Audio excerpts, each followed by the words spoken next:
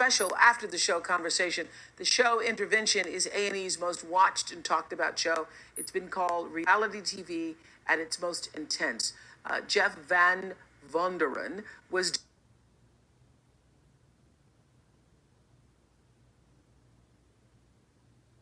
where he's filming an intervention.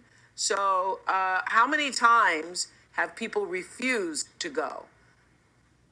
Well, I think we've done over 140 first episode for season 8 about a month and a half ago. I think only 3 people haven't gone, and in the history of the show. In the history of the show, yeah. And which is pretty consistent with interventionists' private practices. Most people go. Most people go. And is it what I was saying earlier? I was saying earlier on the show that when I participated in intervention a while back, I'd never seen so much love in the room. I thought, well, this is really great. I mean, I didn't know quite what to expect, but it's sort of like being bombarded by love. Oh, sure. People have a stereotype about interventions, which is kind of like you meet with the person, give them a bunch of threats if they don't get help and hope they go. Yeah. And that's the ultimatum, But the truth is that I don't even really see the ultimatum as so much a part of the intervention. I mean, you only have to tell them an ultimatum if the intervention part, which you've just described, if that doesn't work, if that doesn't get to them, we might have to say, well, here's how life is going to change if you really mean no as an answer, because we're not going to help this happen anymore. This is over. We will do anything to help you get better. There's nothing we won't do to help you get better, but there's nothing we will do to help this continue. An intervention, in my estimation, is not, even if the person says no and doesn't go, an intervention is really not over until the family caves in, until the family backs off. So one of those people on the show who said no ended up going 6 months later because the family never caved.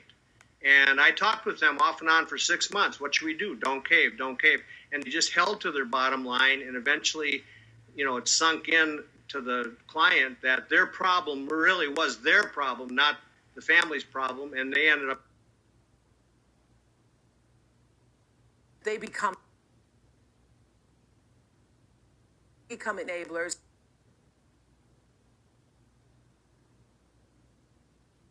Can to help, but oftentimes, as we saw, they end up making it worse. Well, my definition of enabling is unhelpful or harmful help with good intentions. So we're not talking about people with bad intentions here. People have great intentions, but because the addict is the family's mood-altering substance, they're always trying to prop them up or make them better or help, because if the addict is doing better, or not in crisis at the time, then the family gets a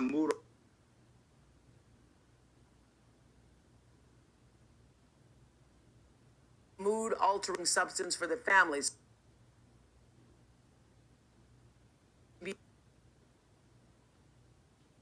Get some satisfaction from that. Oh, sure. The family's drug of choice is the addict, and actually they can become, and they do become, as preoccupied with the addict as the addict does with their.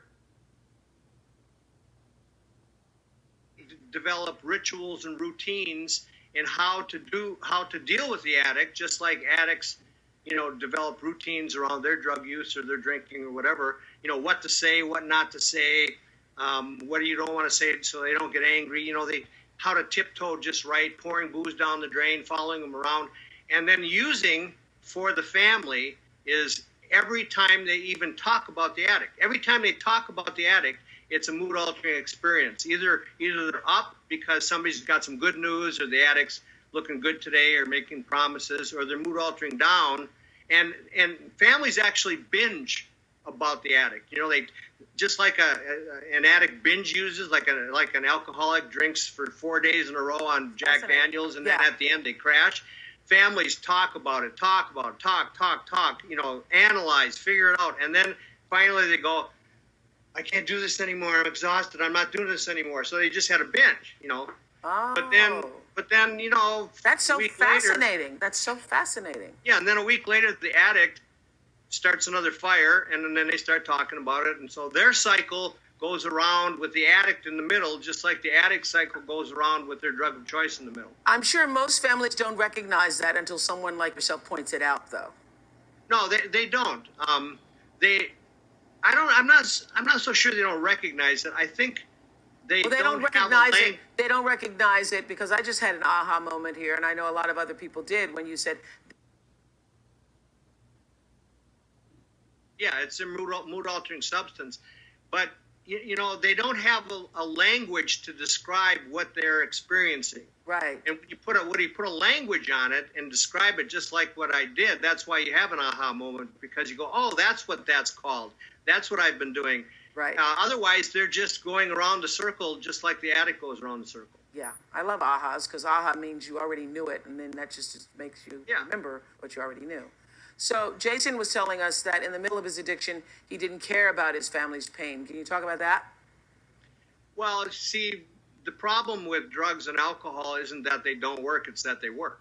So, for instance, when you start off using, when a person starts off using, it's pretty much 100%, fun and 0% problems. But then let's say your grades go down. If you ask the addict, are grades important to you? They'd say yes. Oh, of course. And if you said, is using important, they'd say no. So the way they see it is grades is a really big thing, and using is a little bitty thing, but yet they're giving away the big thing to hang on to the little thing, and so now they're paying a price, and then they have more consequences, and then they have more, and sometimes, like in Jason's case, it's pretty much 100% problems, 0% fun. I mean, the party was over for him. And you'd think that anybody who's doing a behavior that causes all problems and no fun would stop doing the behavior. But the problem is, at the same time that the chemical causes the problems, that causes the pain that should wake them up, the chemical numbs the pain. So they're not feeling the signals that should be telling them they're living inconsistent with their value system. They're compromising themselves. If I had a conversation with Jason, 10 years ago, and predicted the next 10 years. And here's the prices you will have paid, and here's what you will be doing to yourself, and here's how you'll hurt your family, and here's the dreams you will have given up. Jason wouldn't have believed it because Jason's a great guy. He's not a bad guy. He looked like a bad guy, when he was acting like a bad guy, but he's a great guy. That's why that's why addiction is a horse. Same, because what Josh was doing with food is basically the same thing that Jason was doing shooting up. Do you handle them the same depending upon what the addiction is? Well, as an interventionist, I handle them pretty much the same. I mean, there are a couple that are a little different. But as an interventionist, what's the same is that you have a person who needs help, doesn't think he does, and won't get it. That's point A. And you want to move them to point B, which is needs help and will get it. So that's the same for both of them. And what exhausted by their addiction. I mean, they were exhausted. But see, it's not just the family that knows that somehow we have to get from point A to point B, but we don't know how to do it. Sometimes it's Jason and Josh. They wake up this morning and they go, this sucks. I hate it. My life sucks. I got to do something, but they don't know what to do.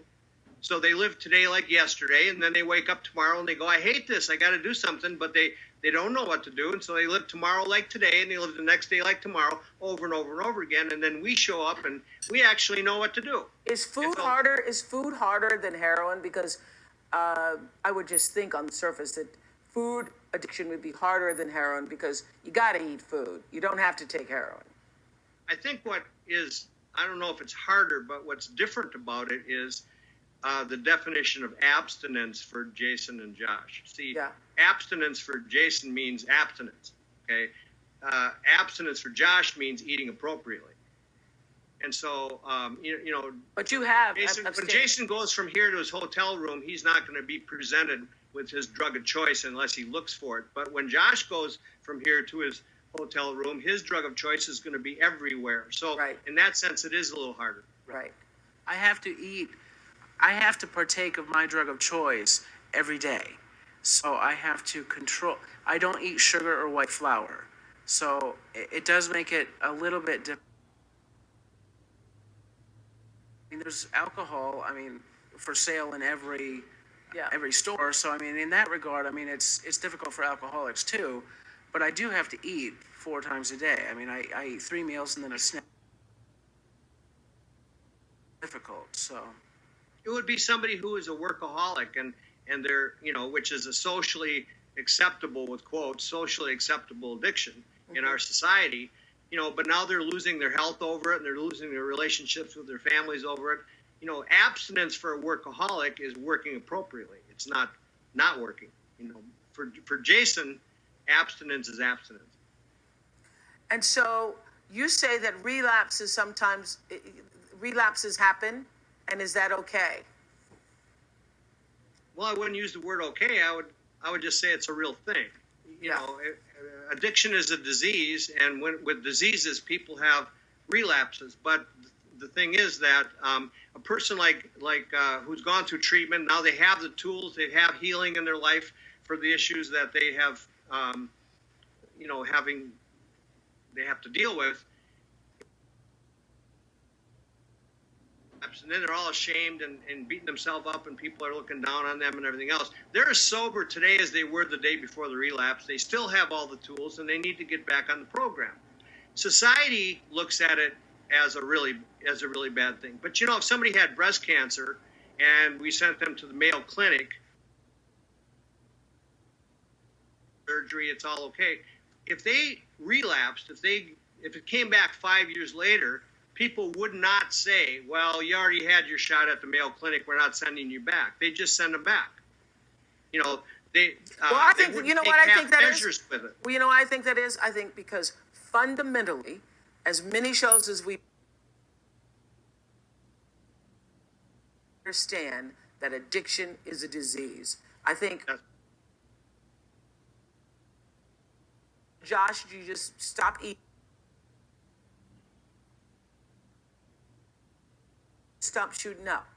Right, that's right. Yeah. And so can you explain? Can you one more time be the I don't know what number person explain why is addiction a disease? Because people, you just use the example of cancer. Everybody understands that cancer is a disease and diabetes is a disease, but I don't think. Am I right, audience? I think fundamentally, still today, people do. Why a workaholic can't just stop working. Why, eating alcohol. Well, I mean, one reason why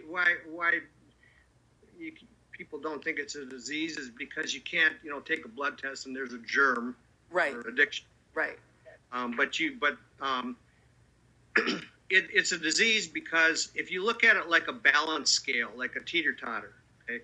On one side of the teeter-totter is the actual using behavior. So for Jason, it was shooting up, and for Josh, it was eating. That's the using behavior. And on the other side is the addictive stuff. The mood-altering. People don't just get addicted to substances. They get addicted to mood-altering, period, and they develop thinking patterns that sustain that, and they pay prices that they're willing to pay to keep using, and it's like a teeter-totter. And so the whole thing is the addiction, not just the using part of it. So abstinence doesn't solve anything. So if the person just doesn't use or just quits doing whatever it is they're using behavior, for Jason it would be just go on a diet. I mean, for Josh, go on a diet. See, what happens is the teeter-totter tips. And so now you don't have the using behavior, but you still have all the attitudes, all the rituals, all the patterns, all the shame, everything else, and that's uncomfortable. So one of the ways to make that more comfortable would be to start using again, and then it tips back to this level place. Or that's also why if somebody has a lot of problems and depression and mental health issues, and they go see a psychiatrist for that, and that takes the psycho-emotional part off the scale, and so now it's unbalanced again, and because the using is still there, they haven't dealt with the mood altering chemical part. So to make it more balanced, then all those problems come back, and now the scale balances. So that's why recovery is about not using, and it's also about healing and dealing with all those patterns and attitudes and and the thinking that's involved with addiction. And then the scale is still tipped because both of those are being dealt with. Yeah, but the other thing is people think you don't bring cancer on yourself, but you do have a choice when it comes to abusing substances, whatever your substance of choice is. Well, it would be like this. It would be like cancer is a disease, and cigarette smoking or smoking a cigarette is not a disease. Right. But if smoking a cigarette, the behavior leads to the disease, it's not enough to just quit smoking anymore. There's a disease now present. So, nobody plans to become an addict. They plan. The other thing is Took me a while to click into that, but I got it. So nobody starts out being an addict, and when you start out, you're not an addict. Well, I've heard people say that I was an addict the first time I ever used, and I think that's possible, because they experience the feeling of whatever substance they're using, and they just decide, here's why I'm doing this. I like this a lot. I'm just going to do this, and so that becomes the substitute way of dealing with whatever issues they have in their life. And then sometimes, you see somebody who has who drank successfully, meaning without consequence, the appropriate social drinker, for 30 years. 30 years, no problems. And then their wife dies. And 6 months later, they've lost everything. They've lost their business, their house is in foreclosure, because on that day, they changed the reason why they drank. Ah, I got it. Very helpful insight. Thank you so much. Thank you so much. Really, thanks for joining us on Oprah.com.